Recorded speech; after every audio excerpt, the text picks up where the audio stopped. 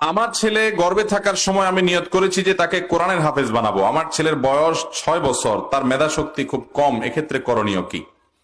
অনেকেই এই বিপদে আছেন, ছেলেকে হাফেজ বানাবেন নিয়ত করছেন, কিন্তু এখন ছেলের হেফজু শক্তি, স্মৃতিশক্তি ভালো না, মুখস্থ ধরে রাখতে পারে না, বহু চেষ্টা করছে, আগাইতে পারে না। এখন কি করবেন যেহেতু নিয়ত করছেন?